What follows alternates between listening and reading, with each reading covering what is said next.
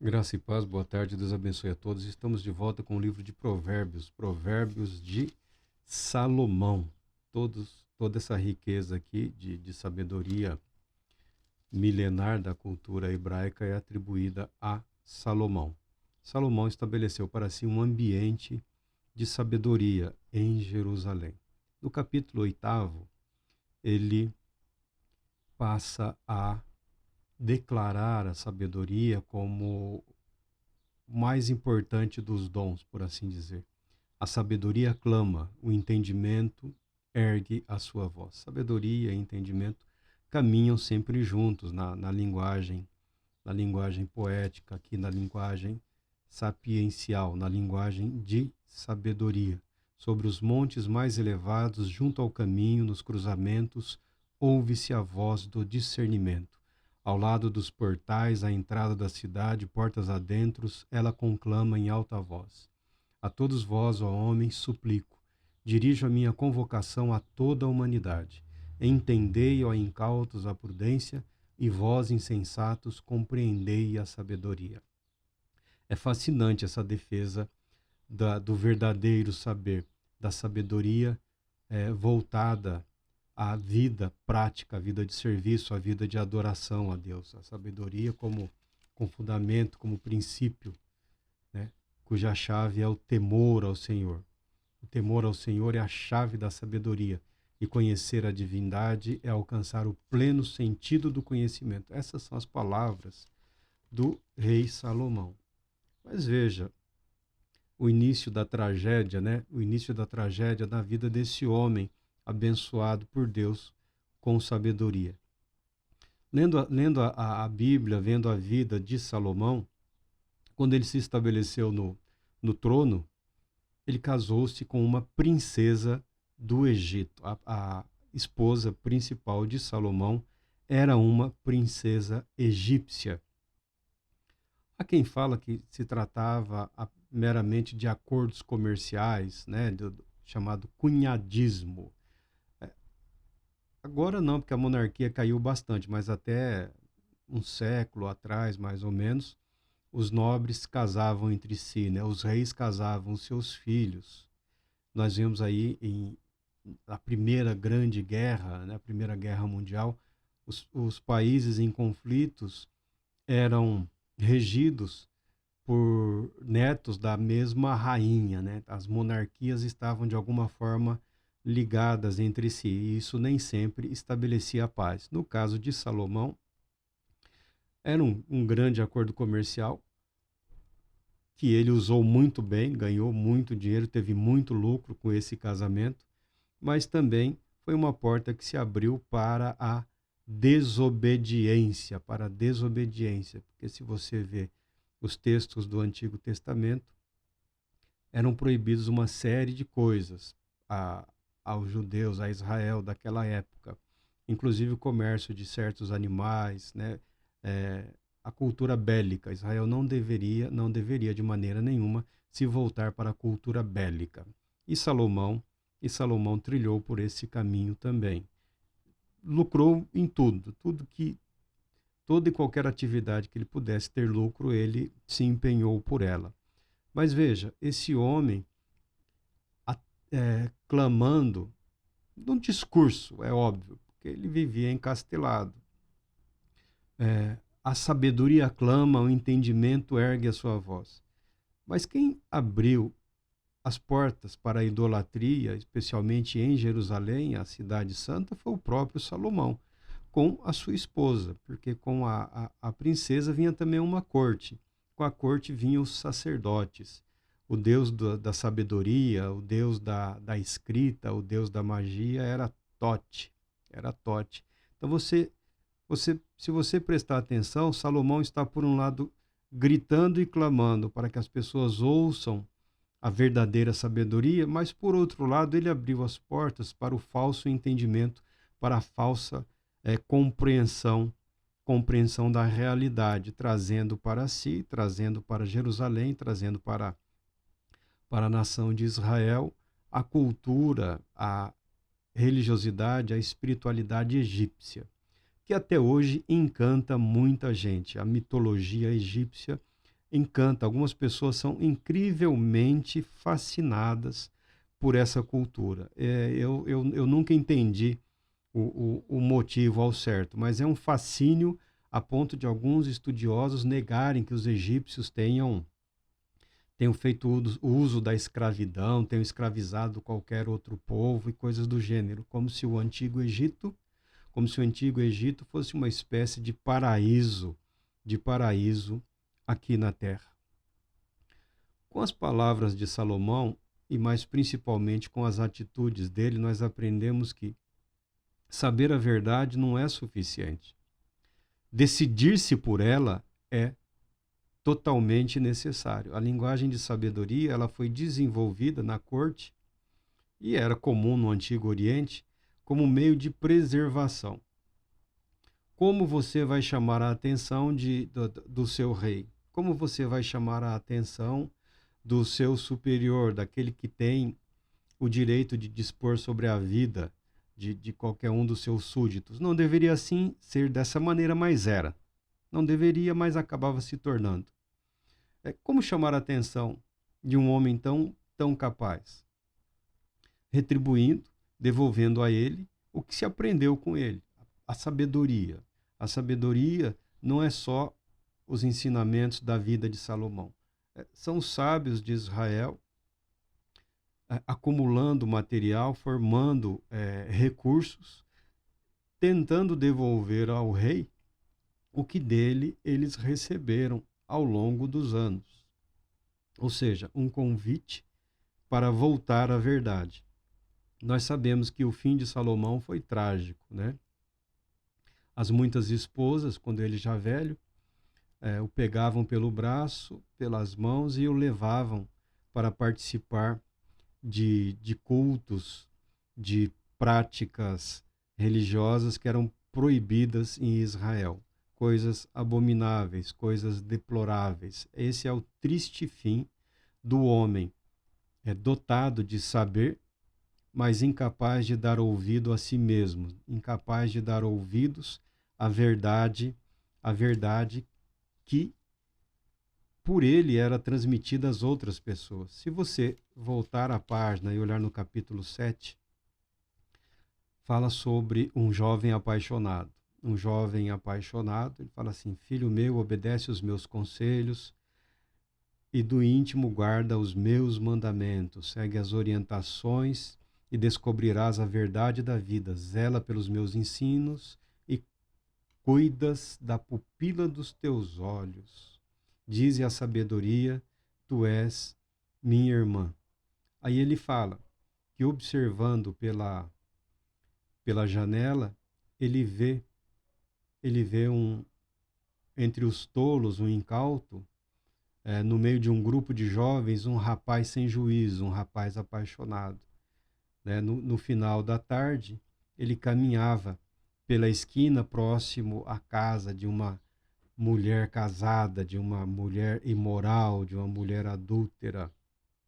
Estava chegando o crepúsculo, o final do dia, caíam as sombras do entardecer, rodeavam as trevas da noite, e eis que a mulher lhe sai ao encontro. Olha que ele teve oportunidade de transmitir essa verdade, né? A paixão. A paixão. A paixão pelo saber na vida de Salomão se tornou uma obsessão.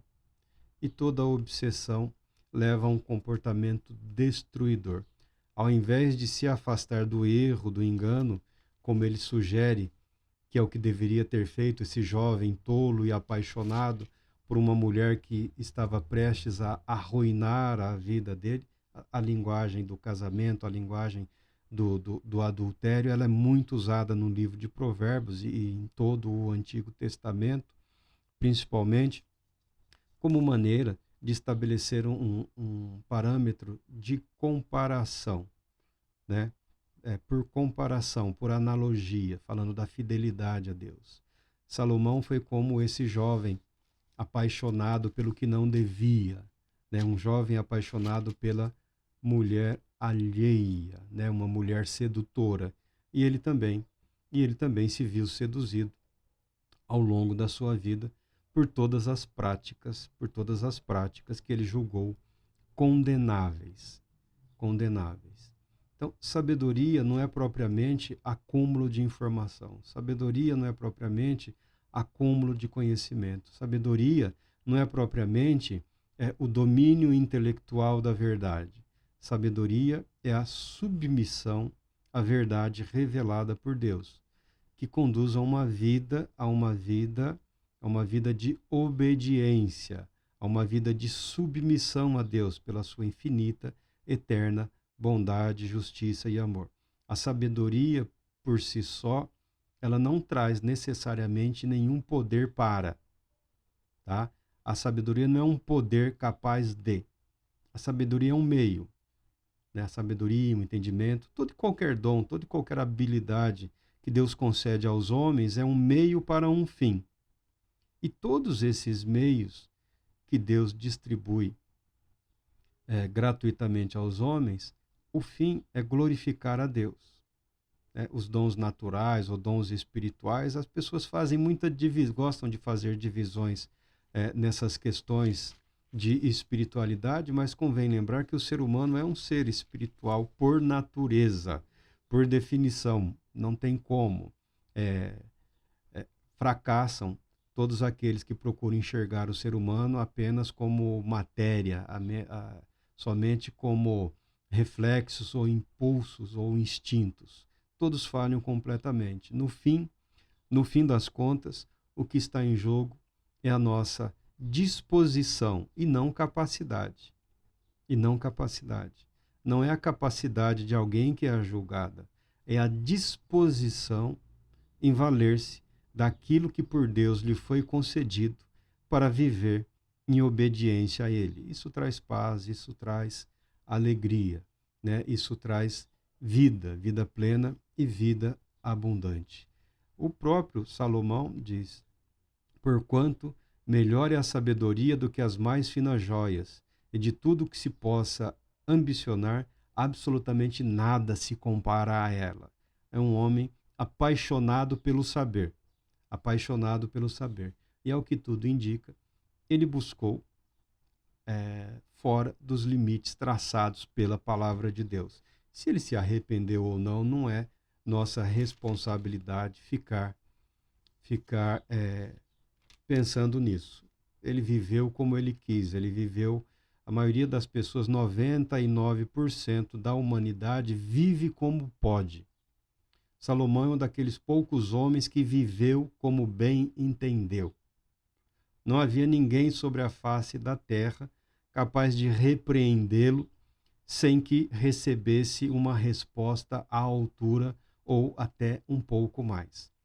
Né? Era um homem muito capaz, um homem muito abençoado por Deus. A maneira como ele usou ou fez uso dessa liberdade, dessa riqueza, dessa sabedoria, ou de todo esse poder, é responsabilidade totalmente dele. É responsabilidade totalmente dele. E a Bíblia declara um fim triste, um fim amargurado, um fim vergonhoso, um fim totalmente humilhante para o rei Salomão. Ele diz: em minhas mãos está toda a riqueza, honra, prosperidade e justiça perenes. Isso aqui é uma referência à verdadeira sabedoria. Ando no caminho da retidão, em meio às veredas da justiça, outorgando riquezas aos que me amam, oferecendo a estes prosperidade sem fim.